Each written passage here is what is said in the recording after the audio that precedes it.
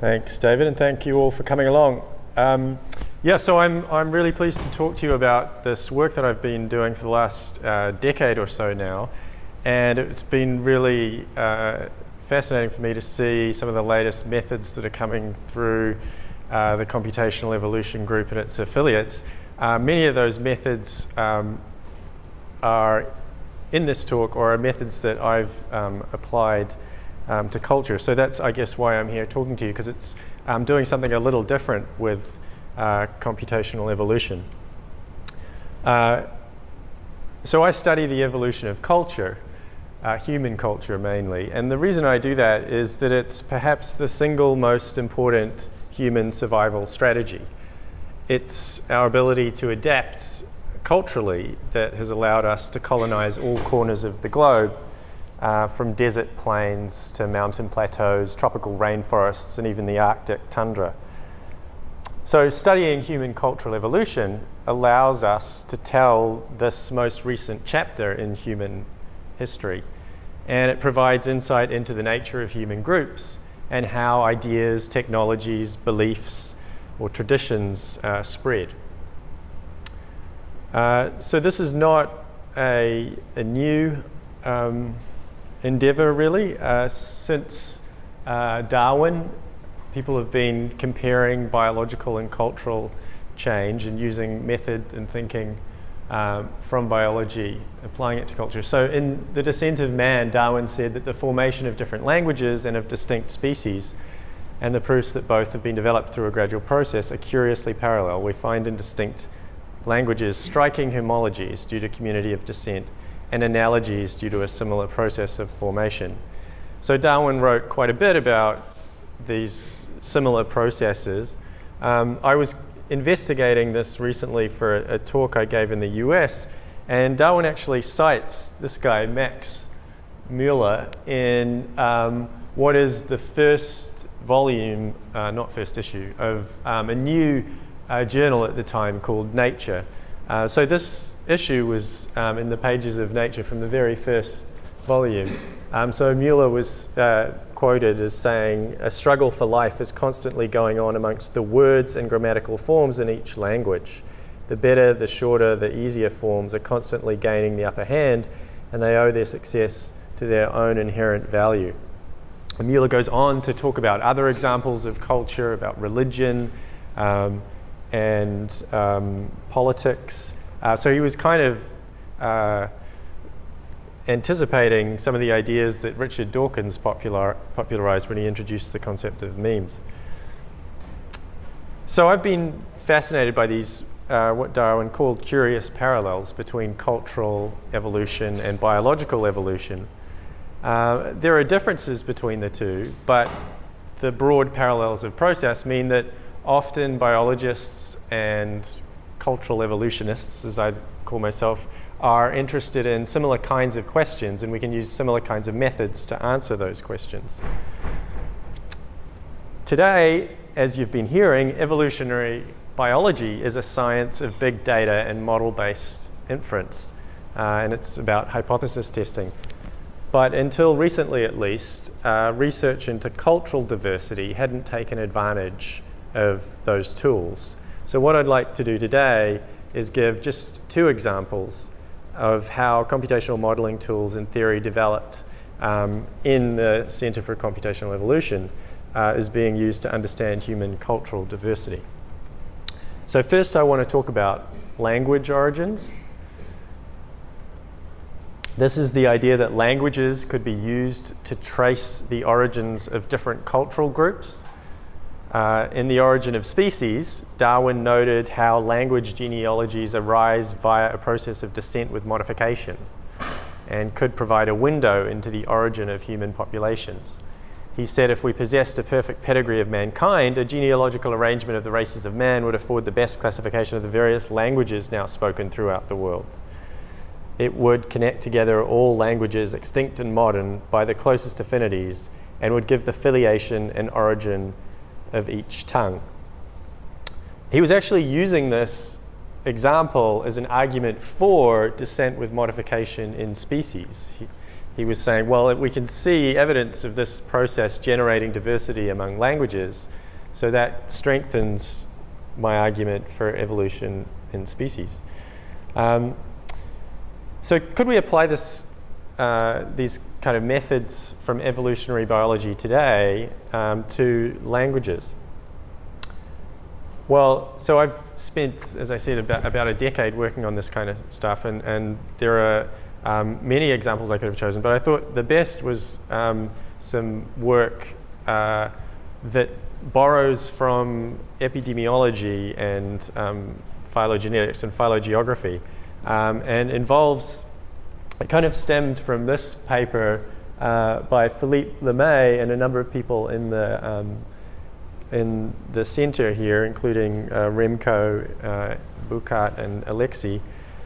And it introduced this idea of Bayesian phylogeography to trace virus outbreaks. And the basic idea is that you can take samples of a virus and sequence the DNA and build a phylogeny of how those different samples are related to one another ancestrally. So you have a phylogenetic tree of the viruses, and you know where you took your samples from around the world. So you can trace back along the branches of the tree to work out where the virus originated.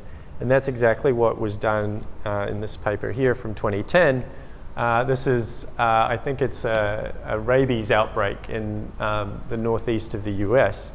And so they can go back in time to infer the origin of the outbreak. So a group of us became interested in whether we could apply this kind of method to trace the origins, not of viruses, but of human languages. And so a few years ago, we tried to do this with the Indo-European language family. So here we have a language family. All the languages are shown as polygons in this graph here. And the blue polygons show the distribution of Indo-European languages spoken today. And the red polygons are some examples of ancient or extinct languages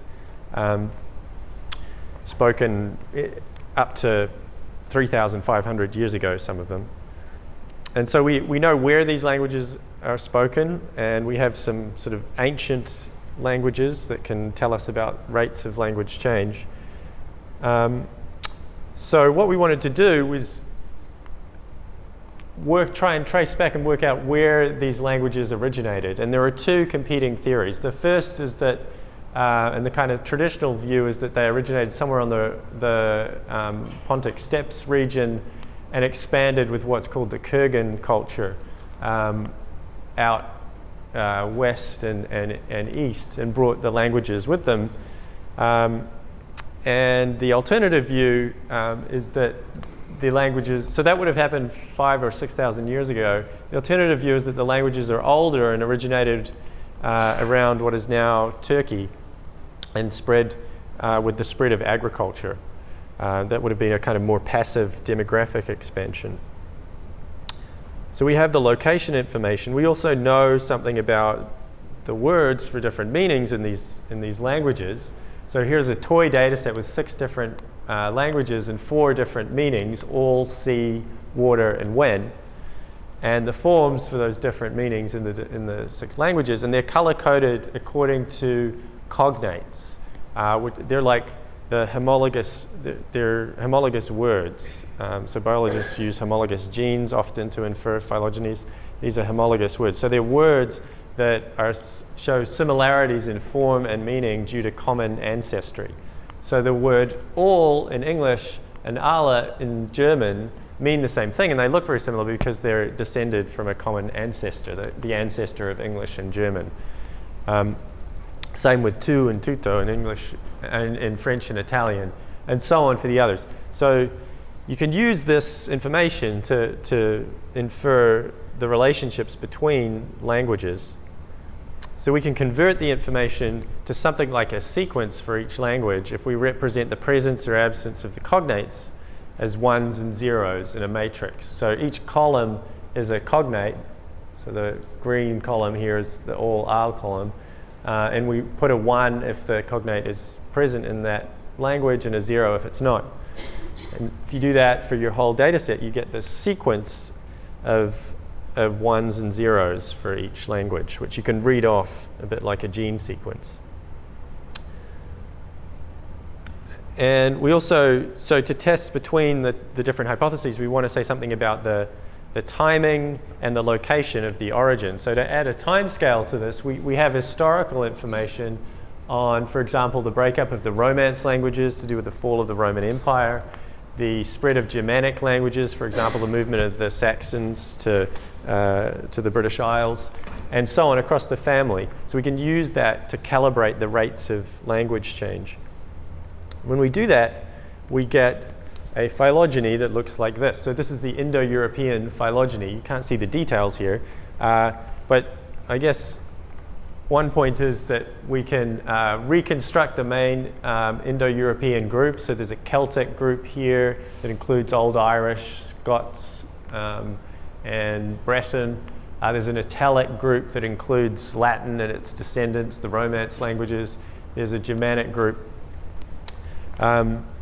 And so we're reconstructing the accepted groupings based on this analysis, basically treating the presence or absence of cognates as you would a gene sequence and applying these phylogenetic methods.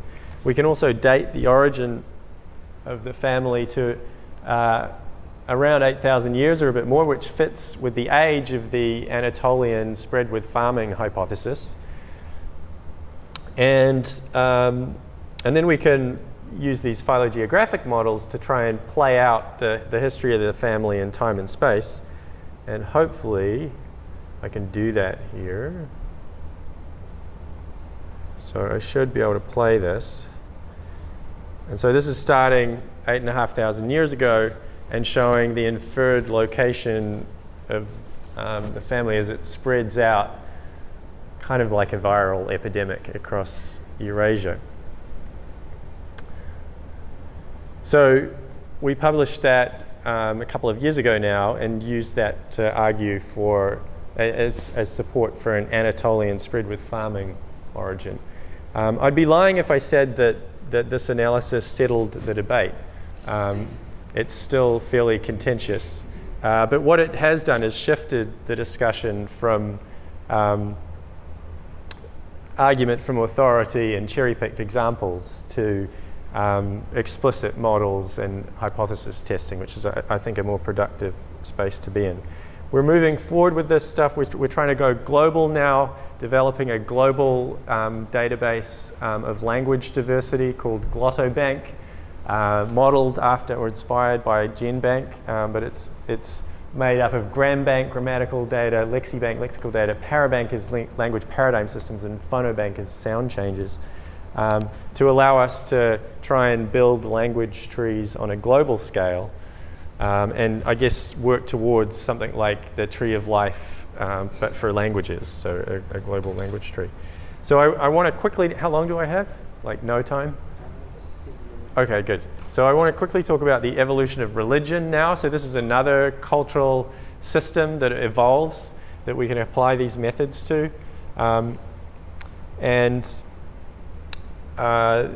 Yeah, we've been involved in a number of projects on the evolution of religion, but I'm just going to talk about one example again.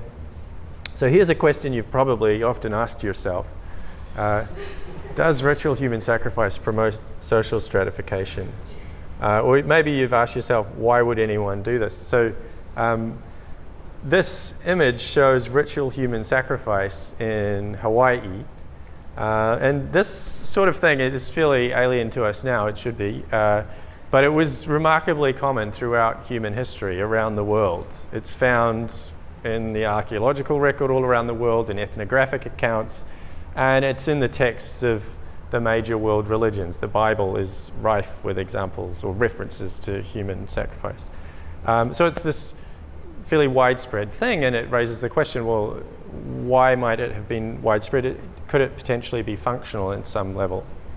And one explanation is that it actually helps elites to maintain control by demonstrating ultimate authority that's divinely sanctioned.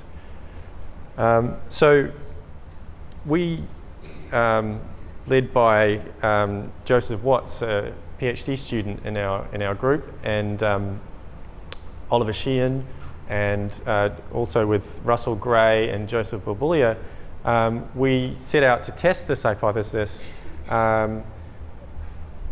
using some tools that were initially applied to test functional theories of species evolution. So we could, there are a couple of predictions, well, many predictions you make, but here are two that we looked at. This hypothesis that ritual human sacrifice was linked to social control would predict that it should co-occur with greater social stratification, and that ritual sacrifice should predict the emergence and maintenance of stratification rather than follow stratification. So to test this idea, and to test a whole lot of other questions about the role of religion in societies, Joseph and Oliver and the team put together Pulotu, a database of Pacific religious diversity.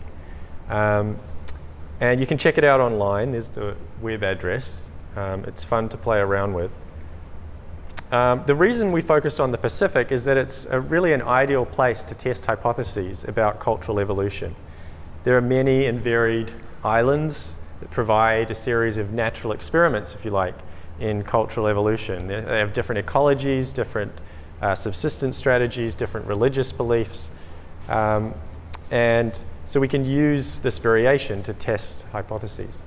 And in addition, we've got information on the ancestral relationships between the cultures living on those islands because we know the languages they have spoken. And as I've just described with the Indo-European family, we can build phylogenies describing the genealogies of those languages. So we know the cultural history of the region. And so armed with a cultural genealogy, we can infer the sequence of traits and test predictions about causality. So just to quickly go through what we found in this project, ritual human sacrifice was widespread across this Pacific when we looked for it. We found it in 40 of the 93 cultures we looked at. And if you're curious about how it looked, here are some examples. It included burning, drowning, strangulation, bludgeoning, burial, being crushed by a newly built canoe, being cut to pieces, and being rolled off the roof of a house and then decapitated. So it was fascinating reading. And as predicted, sacrifice is more common in the most stratified societies. So 25% of egalitarian societies, so without social stratification, showed ritual sacrifice. 37% of moderately stratified societies, and the highly stratified societies where it wasn't possible for individuals to move between social groups, ritual sacrifice was present in 67% of those societies. So that's interesting and consistent with the theory, but it doesn't get at the direction of causality. Is it that that social stratification gives rise to ritual sacrifice, or is it ritual sacrifice promotes or maintains stratification? So to get at that, we can use phylogenetic methods. And the basic idea here is that if you have two traits, so a blue trait that can be dark blue or light blue, say, and a green trait that can be dark green or light green, we want to know whether they co-evolve in a way such that being in one state, say being in the dark blue state, affects the probability of changing into or out of the other, so into or out of dark green or light green. And we can test that by comparing two models. One model in which the two traits evolve independently, so that's panel B here. So you can go from 0 to 1 and 1 to 0 in the green, independent of 0 to 1 and 1 to 0 in the blue. Compare that with a model where you can move, so these blue arrows here are moving from light blue to dark blue or dark blue to light blue, but you have different parameters depending on whether you're in the light green state or the dark green state. So that means if all these parallel arrows are the same, then it reduces to this model. But if they're different, you've got some kind of dependency. The probability of, say, moving from light blue to dark blue can be different if you're in the light green state than if you're in the dark green state. So we applied this test to the ritual human sacrifice data, lining it up against the social stratification data. So if you compare ritual human sacrifice with social stratification and test for a model of independent or dependent evolution, you find support for a model of dependent evolution where when you've got ritual sacrifice, you're just as likely to make the jump up to having some kind of social stratification from an egalitarian society, but you're less likely to drop back down to being egalitarian. So we'd say that the ritual sacrifice acts to maintain some kind of social stratification. And then if you compare just the high social stratification societies with ritual sacrifice, again you get support for this dependent model, but what we find is that the presence of ritual sacrifice makes it more likely that you get this high social stratification appearing, but doesn't affect dropping back down. So that supports not just the association between the two variables, but an argument that ritual sacrifice is the driver of the process, at least in the Pacific. So we've used this kind of approach to test other hypotheses, for example, about the role of powerful gods who will punish you if you step out of line in the development of larger scale societies, and looking at the spread of Christianity across the Pacific, and also the cultural predictors of deforestation on Pacific Islands. And most recently, I thought I just added this slide because I thought it was interesting given what others have been talking about today in terms of the spread of viruses in networks. We can look at the role of language affiliations between nations in different modern cultural phenomenon, like UN development indicators, or this project here with Luke Matthews at RAND Corporation. We're using language affiliation, so how closely related the languages are in countries, to predict political unrest and the contagion of political unrest. And we find that language predicts the spread of political unrest over and above geography.